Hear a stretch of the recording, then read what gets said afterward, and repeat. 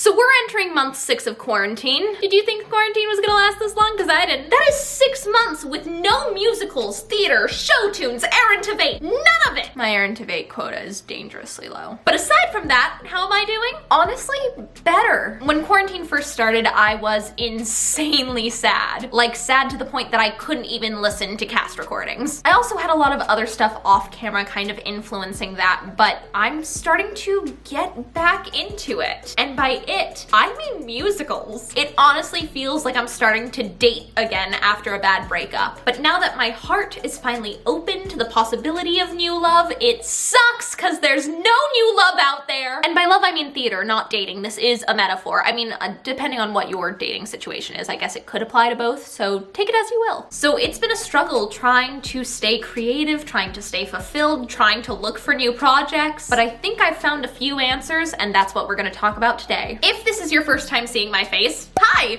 My name is Kat, and I really like musicals. If you really like musicals, hit subscribe to join the musical theater internet cult. I mean, you're stuck at home, you don't have much to do, you might as well join a cult. Also, huge thank you to today's sponsor, Backstage, for making this video possible. We'll talk a little bit more about Backstage, their awesome audition services, and what they're doing virtually a little later. Question of the day. How are you? No, like seriously, how are you? It's been a hot minute since we've had a chance to just like check in with each other, and especially right now through all of this craziness, I think it's really important to evaluate your feelings. Tell me how you're doing. What are you up to? Do you just need to vent for a second? Overall, I think I'm starting to do a lot better. Kind of in the middle of quarantine, I had some really bad anxiety, and I've been working through it. I've been taking it, you know, one day at a time. I've been trying to do some more self-care. I've been working out, which is really good for my stress. I have not been on social media very much. If you guys follow me on other places other than YouTube, I've barely been anywhere, and it's been really good for me. I think that's kind of what I needed to do to take care of myself for right now, and I'm starting to feel a lot better. So thank you to everyone who like reached out and checked in on me, because it's not lost on me how special that is and how lucky I am to have friends like you. So that's what I've been up to. Tell me what you are doing / how you're doing in the comments below. Or if you'd like some ideas on activities, here's what to do when there are no auditions. Okay, this first one is so insanely geeky that I had to say it first so I could just get it out of the way because I feel sweaty thinking about it. Create your own art just for the sake of being creative. And by that, I mean performing for yourself. Please tell me I'm not alone in this. But have you ever just like full out performed a scene or a song for like no one in particular just because you wanted to sing or act or do something? Like seriously making real acting choices and singing it to the best of your ability. Maybe even adding in some blocking if you're feeling fancy. I'm well aware how crazy or lame that might sound, but honestly it's like so pure. Like it reminds me of being a middle schooler and falling in love with Broadway and musical theater. Back when I would give anything to be telling those stories, even if I was only telling it to the bathroom mirror. I know that it sounds crazy, but full out performing in the shower is kind of what's making me fall in love with musicals again. Of course you knew this one was coming. Practice. Seriously, I have nothing funny or silly to say about that, just practice. Another thing that's really helpful that I feel like I usually don't have enough time to do, that you can definitely do right now in this extra time, prep, audition, and callback material for roles that you really want to play and can realistically see yourself auditioning for in the near future. So many times I'll get an incredible opportunity or audition out of nowhere and I'll have to pass because I don't feel vocally in shape. So right now is the time to start prepping that work. Now is also the time to help someone else with their art. Read your friend's script. Help your newbie friend with their theater homework. Do all the things you've wanted to do, but always say, I can't, I have rehearsal. Read art, check out plays, librettos, narratives, poetry. Learn from other creative people. I am a huge fan of biographies and autobiographies. Like that's pretty much all I read. Last couple of years I've been going through a big nonfiction phase, so I've been having a great time with that. that, I just finished reading Very Punchable Face by Colin Jost. Something that I am genuinely shocked at how much it's impacted my life. Yoga and stretching and working on my flexibility. By no means am I, you know, Elastigirl over here, but it's been really good for me. It's something that's measurable and that I can work toward and that I can see and feel immediate progress of. It's been really great for my mental and physical health. In some weird way, I feel kind of creative. Like, I feel very connected to my body. It feels really good to be doing something that I know will pay off in the long run when I'm back in class or in the rehearsal room. While I've been doing that, I've been listening to a lot of creative stuff. I'm a massive podcast junkie, but that's nothing new. But something I've been checking out lately have been these talkbacks or conversations with artists I really admire. For instance, like a day ago, I was listening to Donnie Davy, who's the head makeup artist on Euphoria on HBO, one of my favorite TV shows. She kind of started a makeup revolution with her work. Getting to hear how she designs those looks and how she collaborates with other members on her team and the actors. I don't know, I felt this like spark of creativity and love for the industry that I haven't felt in a while. Definitely check out talkbacks or free classes or workshops or master classes. You can also, of course, listen to music or cast recordings or audio dramas. There are so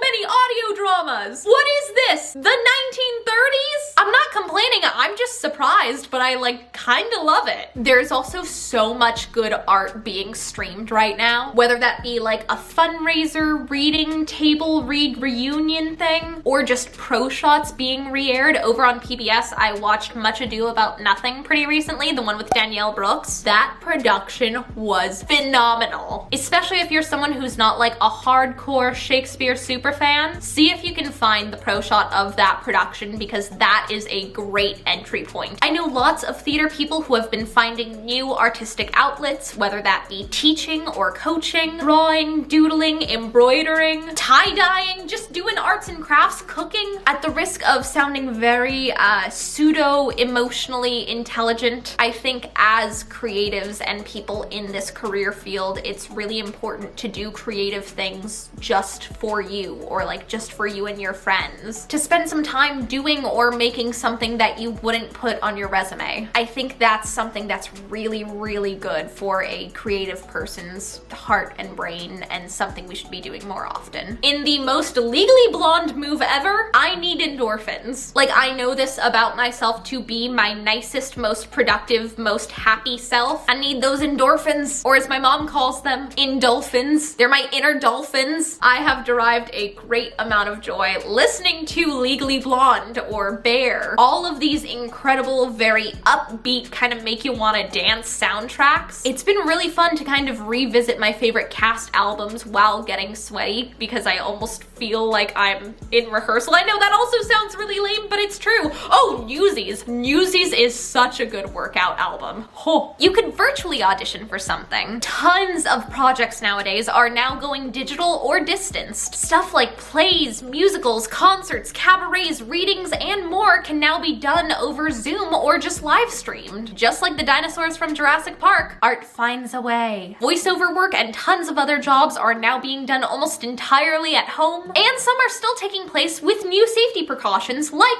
at-home auditions. If you want to start auditioning from home but you don't know where to get started, check out Backstage. Forgive me for geeking out, but I think this is so insanely cool. Backstage now offers virtual auditioning and self-tape tools that can help you audition from home. And if you're on the casting side, because let's say you're a student filmmaker, or maybe you want to put together a reading of a play you wrote or a concert, you can now audition talent remotely using Backstage's virtual audition tool. So now next time when you apply for a role and get an audition, the casting director actually has the option to schedule a video conference live audition with you. So you can still audition like face to face, screen to screen, or you can just do like a traditional self-tape. Both ways work great, especially right now while we're trying to social distance. Nowadays, there are so many companies seeking voiceover talent for movies, commercials, podcasts, and more. Backstage now lets you create a voiceover talent profile. That is so good. I think you really need to adapt in this time. That's kind of been my major takeaway from all of this. So now you can submit voiceover samples or voiceover work you've done in the past, cast. And the same with regular casting calls, you can refine those auditions using their filters. You can use those search filters, save them, and have casting calls sent directly to your inbox. Head on over to casting calls, click production type, select voiceover, and then you can find auditions that are perfect for you. All you gotta do to get started is click the link in the description box down below. And you can get your first month for only